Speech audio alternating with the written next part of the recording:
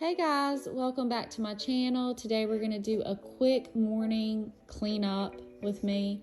We're going to straighten up my bedroom, make up the bed, get the blow dryer and stuff put away in the bedroom, and then go downstairs and just straighten up from the night before. I normally get all the dishes, wipe down the counters and everything like that the night before.